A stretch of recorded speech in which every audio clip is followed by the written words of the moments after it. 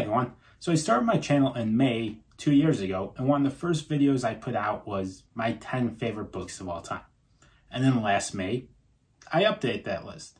This year, I'm going to update the list again, except it's no longer going to be all genres. It's going to just be my top 10 fantasy novels.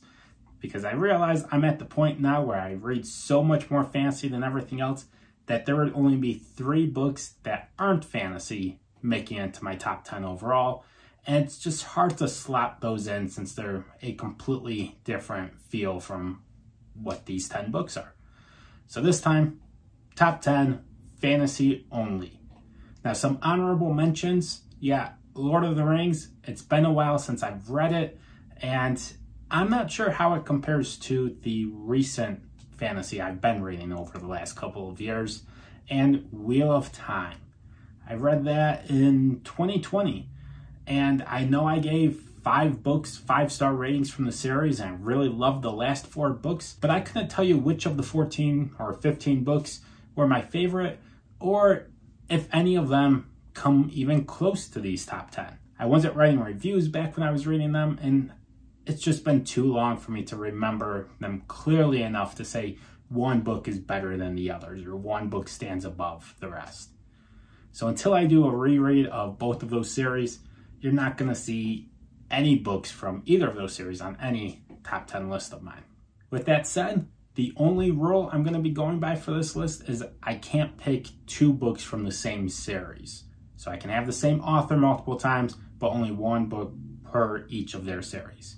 So to start off with, number 10, you got Bones of the Past. This is book 2 of the Villain's Code by Drew Hayes, which, if you've been watching my channel this year, he's been my favorite author lately. This hasn't been the year of Sanderson, it's been the year of Drew Hayes for me. Bones of the Past, however, was a book I read last year. I got Forging Hephaestus for Christmas in 2021, so I read Villain's Code in 2022. And I absolutely loved the series, and specifically loved Bones of the Past. This follows a group of villains who, as you can tell from the series name, have a code that they live by. That they want to be able to do what they want to do, but they have some rules and guidelines that they stay within in order to stay off the radar of the capes and not cross any lines and just be responsible villains, I guess you could put it. A lot of this book is about the interactions between the villains and the heroes when the capes and the masks are off, where one side may know the other side is a villain or is a hero, but since they can't prove it, they can't do anything about it, and they might generally be friends with this person and have no idea that they're a hero or a villain. And then when they put their capes and masks on, they may start fighting each other, not knowing who they're fighting, or they do know who they're fighting and are trying to find a way to end the fight without actually hurting one of their friends. So it's a really unique and fun situation to see all of the villains and heroes go through. Plus, in the background, you have this looming threat that just gets bigger and bigger, and every time you think you've seen the real threat, it was just a decoy. There's really something else going on, and it just keeps getting bigger. So it was a really fun read, and if you've read anything by Drew Hayes, you kind of know his writing style, and if you've liked his other books, I don't see any reason why you wouldn't like this one as well. At number 9, it's going to be one of the first booktube darlings I picked up, and that's Rage of Dragons by Evan Winter, book 1 of the Burning series. So this is a fast-paced revenge story. The story follows a kid where he's just a normal kid, nothing really special about him, but then he is wronged in some way and is hell-bent on revenge. He will go to any lengths to get his revenge. He's blinded to everything else that's going on. He just wants revenge. Which I know that singular focus on revenge really turns some people off to the book because they don't have anything about the main character that they like. But for me, that didn't happen. I was all on board with following his training and seeing him overcome obstacle after obstacle and just putting in the time and effort that no one else was willing or able to do to try to reach his ultimate goal. And I will say, for the people that don't like him because of his singular focus on revenge, that's no longer the case in book 2. So you get the same great action scenes and fast-paced storyline, but without the, oh, he's just seeking revenge and making dumb decision after dumb decision. The third book in The Burning is supposed to be coming out in 2024, and I'll probably be doing a reread of the series before that, and I'm interested in seeing if Rage of Dragons or Fires of Vengeance remain on my top 10 list after that reread. At number 8, we have a self-published book, and that's going to be Dragon Mage by M.L. Spencer. This has the feel of classic fantasy, where you have a chosen one that's being guided by a wise old mentor. But several times in the book, my expectations were subverted. Where I thought the story was going to go, didn't go there at all. So even though it has a classic fantasy feel to it, the plot and the storyline are definitely unique and completely their own. And the protagonist, he's one of my favorite protagonists that I've read. He's just so likable. I can't think of anyone who wouldn't enjoy reading the protagonist in Dragon Mage. So highly recommend checking this book out. Coming in at 7, we have The Well of Ascension by Brandon Sanderson. This is book 2 of the original Mistborn trilogy. I feel like it's a bit of an unpopular opinion to list book 2 as my favorite, but between the political intrigue, the siege tactics that are going on, and then the battle scenes, not to mention the somewhat of an animal companion, it's just a fantastic story. I know some people don't like one of the, I don't want to say he's a main character, but primary characters in this book. But to me, the way he behaved kind of made sense considering who was manipulating him. When I think about it that way, I understand him a lot better and don't really complain about the way he acts. Moving on to number 6 of this list, you have Knight's Shadow. This is the second book in the Greatcoat series by Sebastian de Castell. It has a lot of the same writing style, obviously, and then the action and just the way it bounces between first person and second person is still there. But this is a much darker and less fun story. But with that, I thought the plot was much more intriguing, much more engaging, and the character growth in here, maybe not so much for Falkio. He's kind of single-minded on where his focus is, but Rasty and Kess, they're not just his sidekicks anymore, which they kind of were in Traitor's Blade. In Night Shadow, they become more of their own character. So better character growth, more intriguing plot line and more engaging plot line, but again, it is a darker story. At number 5, you have a book I just finished, and that's Superpowered Year 4 by Drew Hayes again. So second time he's on this list. This is the final book in the Superpowered series. This is definitely more character focused than plot focused, but at the same time, there's always something happening to make you want to read just a little bit more, just a little bit more, just a little bit more. And for me, it kind of gave me the same type of feeling that Harry Potter had given me when I was reading it in middle school and high school. That feeling of wanting to go to school with these kids. Now, these kids aren't in high school or middle school, they're in college. So the atmosphere is more like what you would expect from a university.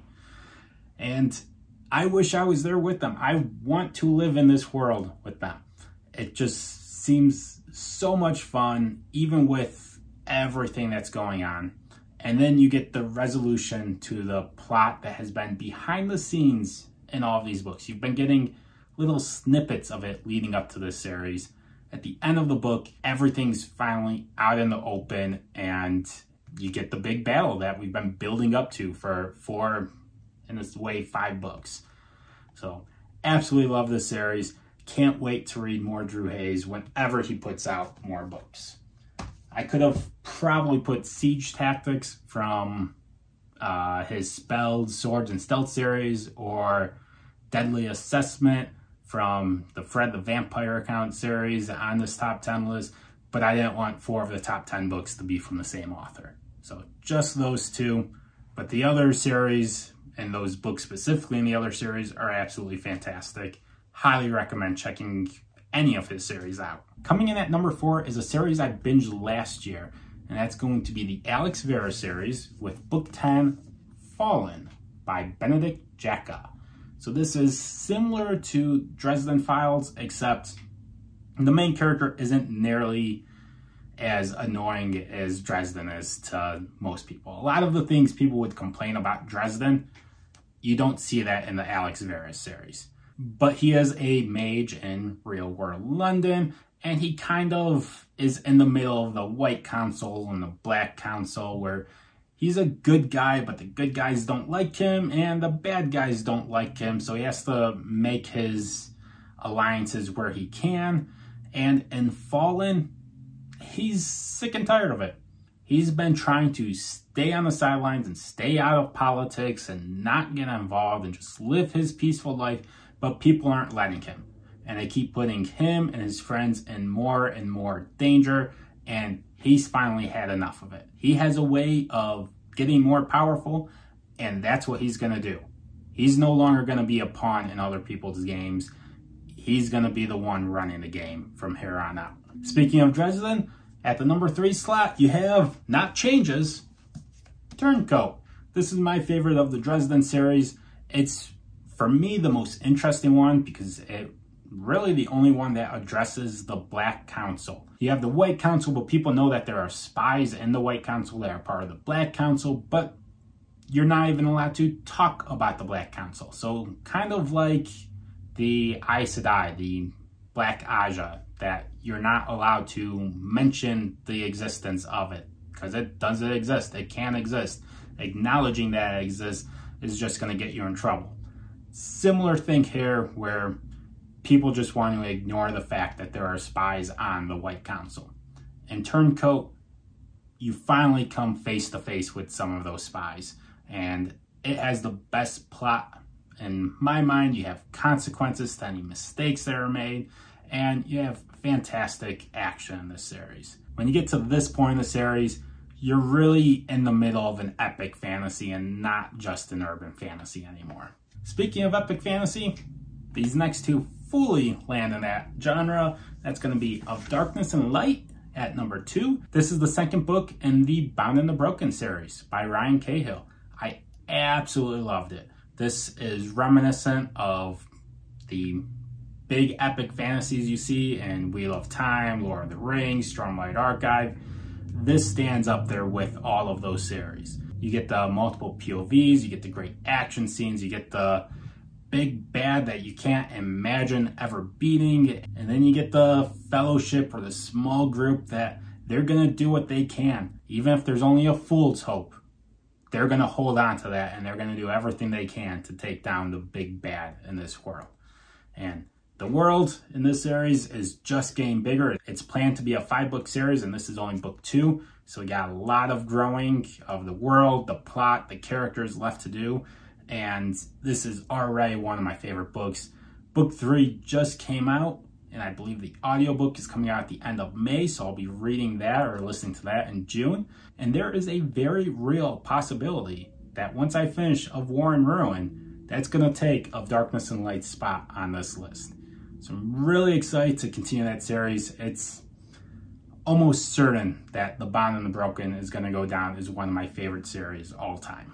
Now, speaking of favorite series all time, was there any doubt that number 1 on my list was going to be Words of Radiance, Book 2 of the Stormlight Archive by Brandon Sanderson. I don't know what I can say about this book that hasn't already been said. It has great action, great character development, great fun and banter at times, emotional scenes. It's just all around a terrific book. And I've reread it, I think 4 or 5 times. Still love it every time I read it. If anything, I enjoy it more with each reread. If you haven't read Stormlight Archive yet, do yourself a favor, pick it up and find out for yourself why this book, Words of Radiance, book 2 of the series, is one of the highest, if not the highest book ever rated on Goodreads. So there you have it. These are my top 10 fantasy books of all time. Let me know in the comments, what are your favorite books on this list, and what are some books you think I should read to potentially replace any of these books on the list? And until next time, bye.